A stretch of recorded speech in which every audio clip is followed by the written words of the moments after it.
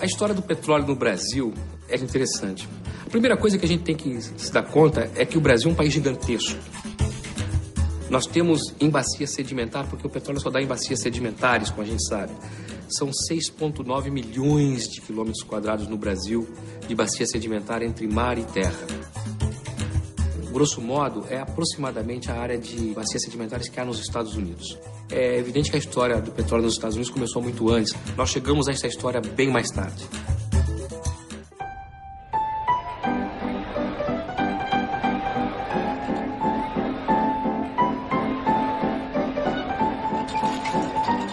Uma série de pessoas mais ou menos visionárias ou progressistas, utópicas, como iremos chamar, tentaram explorar petróleo no Brasil já desde o final do século XIX. Eugênio Ferreira de Camargo, por exemplo, em 1892, chegou a perfurar poços sem sucesso na região de Bofete, no estado de São Paulo.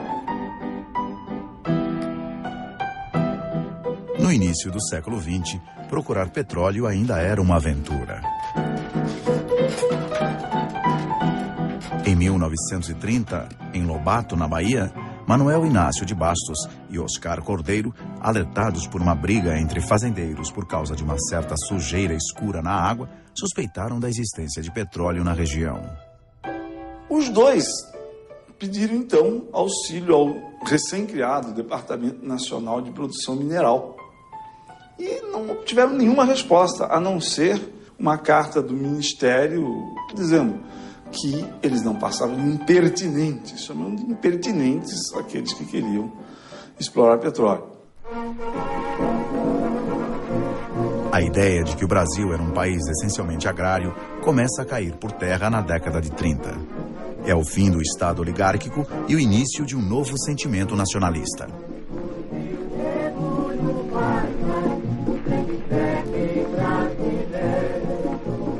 A Revolução de 30 trouxe para a cena uma esperança muito grande no país. Até porque foi a primeira vez em que os governos passaram a falar em construir um país. E um Brasil de 8 milhões e 500 mil quilômetros quadrados, com uma série de riquezas minerais, só pode ter petróleo. Nessa época, o escritor Monteiro Lobato, influenciado por uma viagem aos Estados Unidos, resolve fundar a Companhia de Petróleo Nacional e inicia uma discussão inédita sobre a exploração do petróleo no Brasil.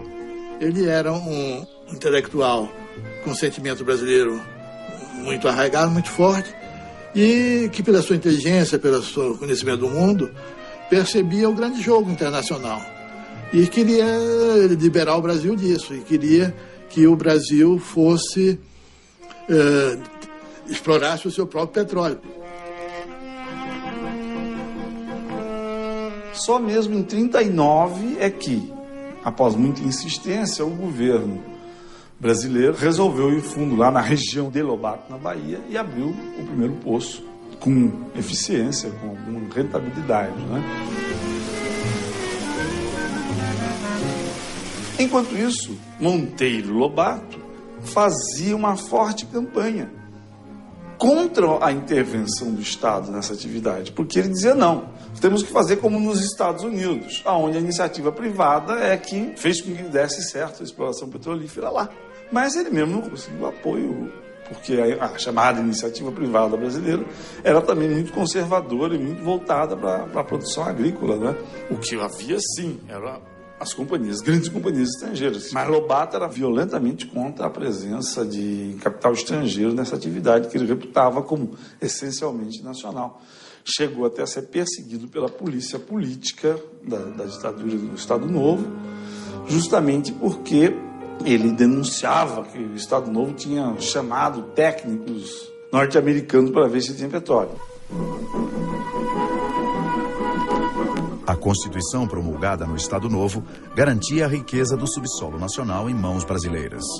E a criação do Conselho Nacional do Petróleo, presidido pelo general Horta Barbosa logo após a descoberta do poço em Lobato, reafirma o otimismo em relação à existência de jazidas no país.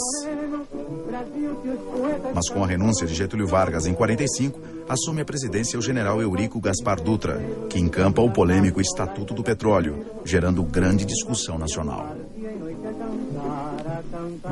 No início de 48, fevereiro, o general Dutra, presidente da República, enviou ao Congresso o anteprojeto do Estatuto do Petróleo, que era altamente lesivo aos interesses nacionais, abrindo concessões, abrindo as portas do Brasil à penetração estrangeira no domínio do nosso petróleo.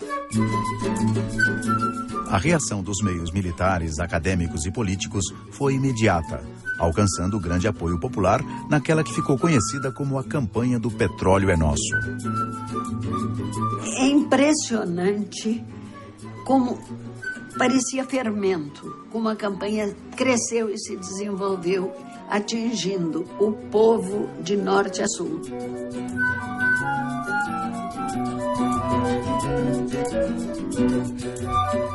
Tínhamos que recorrer a todas as maneiras possíveis de propaganda. Impressos, volantes, conferências, atos públicos, comícios, muitos comícios. Se distribuíam giz para garotos de escola para que saíssem nas ruas escrevendo em muros ou na sala de aula mesmo, no quadro, uma frase: o petróleo é nosso. Vejam, olha, eu não exagerei. Eu quero que vejam aqui, por exemplo, esta foto. É de outubro de 1948, a primeira Convenção Nacional de Defesa do Petróleo. Outra, a instalação do Congresso Nacional de Defesa do Petróleo. Vejam, por exemplo, material de propaganda da época. Olha que maravilha.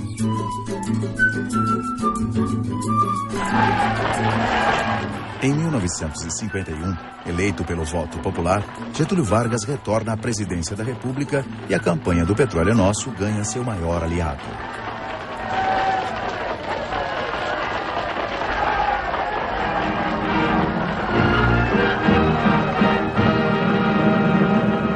O presidente Getúlio Vargas assina importante mensagem ao Congresso Nacional relativa à industrialização do petróleo brasileiro com capitais do país. Este ato marca o início de uma nova fase da emancipação da economia do Brasil. Eu afirmo que foram duas as vitórias da campanha do petróleo. Uma, a criação do monopólio estatal do petróleo e da sua executora, a Petrobras. Isso em outubro de 1953.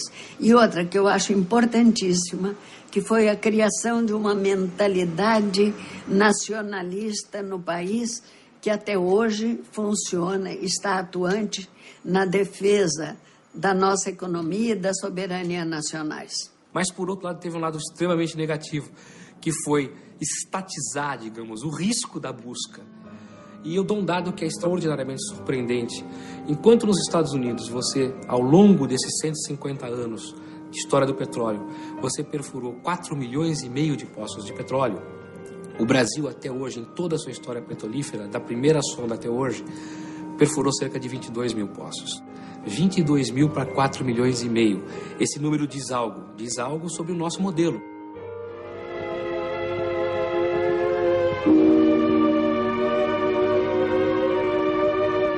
Em 1954, Getúlio Vargas suicida-se, deixando como herança a Petrobras, criada pela Lei 2004, um ano antes.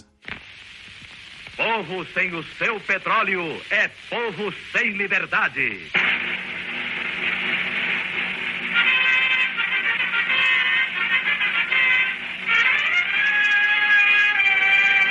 Petrobras.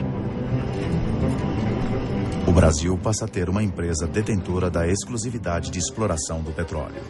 Entretanto, nestes primeiros anos, sua produção petrolífera ainda é irrisória. Nós éramos um país que importávamos todos os produtos de petróleo, chamados derivados de petróleo, né? Então nós importávamos derivados prontos, né?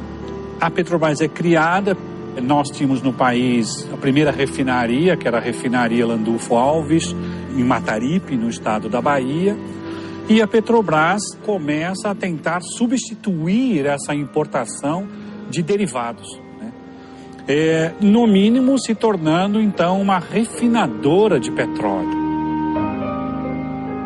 Logo quando a Petrobras foi criada, não tinha quadros, não tinha técnicos. Teve que contratar onde encontrou disponível técnicos que se dispusessem a vir trabalhar no Brasil com o salário que a Petrobras podia oferecer. Entre esses que a Petrobras contratou, veio esse senhor Link, que veio para fazer uma avaliação das possibilidades petrolíferas do Brasil. O Link, ele investiu muito na bacia do Amazonas e lá foram furados mais de 100 poços com resultados negativos. Para terminar o contrato de trabalho dele aqui, ele escreveu um relatório, né, dizendo que na parte terrestre o Brasil não poderia confiar nas nossas bacias para atingir grandes níveis de produção de petróleo, que a saída brasileira estava no mar. Como nós só tínhamos experiência na parte terrestre, soou como uma sentença para o Brasil em termos de petróleo. Na segunda metade da década de 50, um certo otimismo volta à cena no Brasil. São os primeiros anos do governo de Juscelino Kubitschek. Quem trouxe esse clima de entusiasmo e de otimismo foi o Juscelino mesmo, porque o Brasil não está vivendo em clima de entusiasmo. Em agosto de 54, Getúlio tinha se matado, uma tragédia nacional, não havia um clima assim. Agora, o Juscelino trouxe isso, mas ele era uma pessoa otimista, uma pessoa criativa. Com o lema de fazer o Brasil crescer 50 anos em 5, JK constrói uma nova capital da República. Abre estradas pelo Brasil e inicia a indústria automobilística nacional. O carro era uma coisa... Ou o cara era chofer de táxi, tinha um carro para transportar as pessoas, ou o cara tinha que ser bilionário para ter carro. Era uma coisa rara ter carro. E com isso, realmente, o Juscelino ele mudou a vida do país. Mudou. Não só a indústria com um investimento muito grande e crescente, que mudou a economia do país, como também isso, quer dizer, mudou o modo de vida.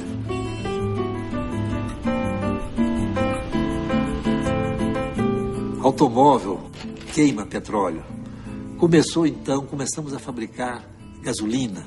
A Petrobras começa a se desenvolver e começa a ter que atender a indústria automobilística, caminhões, automóveis.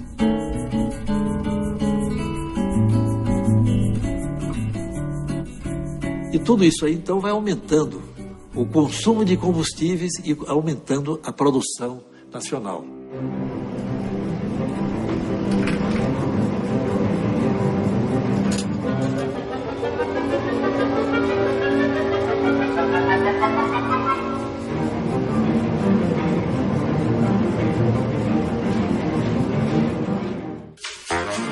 Os resultados obtidos na exploração das bacias de Alagoas e Sergipe abriram boas perspectivas de produção fora do recôncavo baiano, mas se revelaram insuficientes para acompanhar o aumento da demanda no país.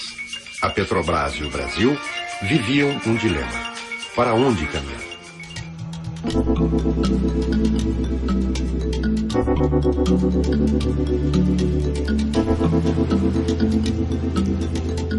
O primeiro poço de petróleo no mar no Brasil foi o poço descobridor do Campo de Guaricema, em 68. E o geólogo que deu aquela locação foi o Guilherme Estrela. Quando há uma descoberta, isso enche as pessoas de entusiasmo. É diferente de um outro trabalho que você tem os resultados já previsíveis. O geólogo não, ele trata com o imprevisível, né? E são enormes somas envolvidas a partir das ideias dele, né? Quer dizer, o grupo ali propõe um poço que custa 10 milhões de dólares. E a empresa banca.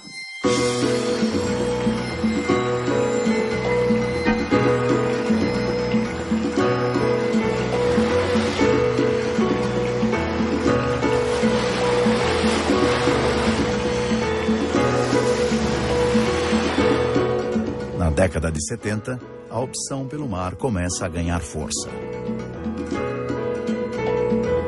Em 1973, a OPEP aumenta o preço do barril de petróleo em 4 vezes. Foi o chamado primeiro choque do petróleo. Isto abala toda a economia e o dia a dia dos brasileiros. E gaste menos 10%. Com essa crise, a gente começa a se aperceber que nós temos que buscar o petróleo para que a gente tenha condição de independência. Tudo isso fez com que se investisse pesadamente na tecnologia offshore e que a gente teve no Brasil muito sucesso. Obviamente, extrair o petróleo offshore é muito mais caro do que o petróleo que está quase que aflorando, como você tem nos países árabes, Kuwait, etc. Então, isso só é possível realmente quando você se depara com um problema como aconteceu na década de 70. A necessidade de buscar novas fontes de suprimento de óleo leva o Brasil a fazer altos investimentos na tecnologia de produção no mar, chamado offshore.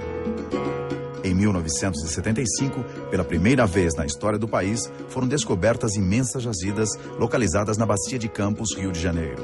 Um marco na produção nacional que consolida a opção pelos mares.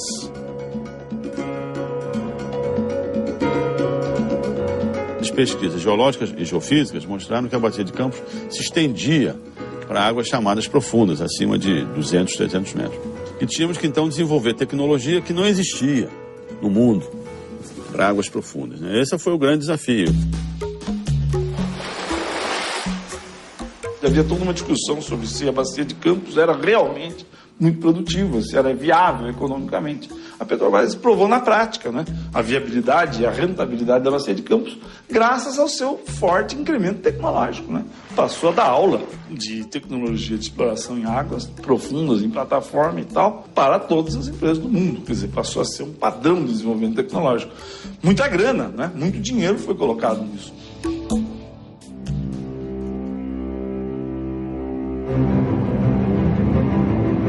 Na década de 70, o nosso país crescia a taxas bastante altas, né, comparáveis à taxa do Japão. Nós vivíamos, logicamente, sob um momento de falta de liberdades totais, mas nós tínhamos uma época desenvolvimentista. Havia um cunho nacionalista no plano que os governos militares tinham para o Brasil. Era um plano nacional desenvolvimentista, com grande presença do Estado na economia brasileira. Isso deu à Petrobras um grande prestígio junto ao governo. Naquela época, trabalhar para a Petrobras era algo que honrava qualquer jovem. Isso nos atraía. Em 75, o Brasil ainda importava 60% do petróleo que consumia. A fim de reverter essa situação, o então presidente Ernesto Geisel cria os contratos de risco, que propiciavam às empresas privadas acesso às nossas bacias para a produção de petróleo. Para viabilizar contratos de risco, isso necessariamente você tem que primeiro combater a opinião nacionalista dentro do Exército. E esses nacionalistas achavam que abrir o monopólio da Petrobras era um absurdo. E a imprensa começou também a fazer uma série de opiniões contrárias à abertura do monopólio, ou então opiniões fortemente favoráveis em alguns jornais, o que gerou uma certa polêmica que até meio pareceu perigosa para um regime que era bastante fechado, né? Em que não se discutia quase nada. A experiência dos contratos de risco se encerra sem grandes descobertas em 1984. Nessa época, o Brasil produzia 60% do petróleo que consumia. Desde o fim da década de 70, o país buscava alternativas energéticas ao petróleo, substituindo boa parte da frota automotiva por veículos movidos a álcool. Nos anos 90, um surto neoliberal toma conta da política nacional. Várias estatais são privatizadas. Cria-se o cenário propício para o fim do monopólio do petróleo. A emenda constitucional número 9 de 1995 extinguiu o monopólio que a Petrobras tinha sobre certas atividades do setor de petróleo, mantém o monopólio para a União, mas permite que sejam dadas concessões a qualquer empresa que funcione legalmente no país para explorar as atividades que anteriormente eram de exclusiva competência da Petrobras. Em 1997, é criada a ANP, Agência Nacional do Petróleo, a fim de regular e fiscalizar esse novo mercado. Nesse novo contexto de livre concorrência, mais de 40 empresas nacionais e estrangeiras já puderam desenvolver a exploração petrolífera no Brasil. Até hoje, os investimentos destas empresas privadas ainda não resultaram em descobertas de reservas de importância, ficando a Petrobras quase sozinha no desempenho desse papel até agora. Então a ANP, como agente regulador, ela tem que estimular novas descobertas, porque a gente não pode ficar repousando em berço esplêndido, porque essas descobertas vão sendo consumidas, né? Petróleo vai sendo demandado.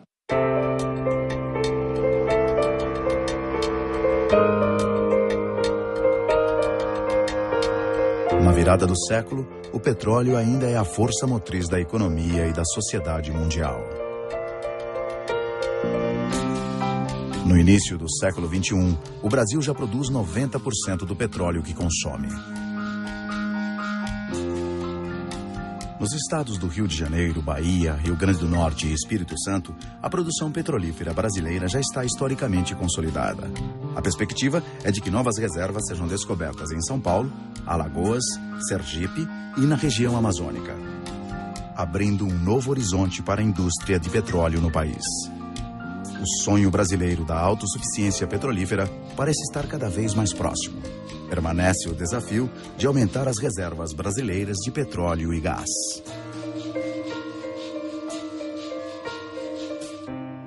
O Brasil tem um potencial realmente extraordinário. Nós estamos nos transformando numa grande província petrolífera. Mas é fato que procurar petróleo no mar é caro, é difícil. A tendência nossa é voltar para a terra, é buscar petróleo em terra, porque nós temos bacias sedimentares gigantescas no Brasil e só a volta para a terra vai permitir que pequenos empresários, pequenas empresas possam estar nesse jogo.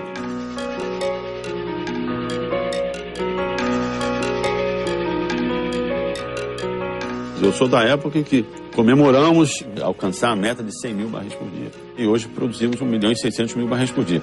E o mais difícil de se fazer é o seguinte, que nós temos que descobrir novas reservas para substituir as que nós estamos produzindo. Então é um desafio constante.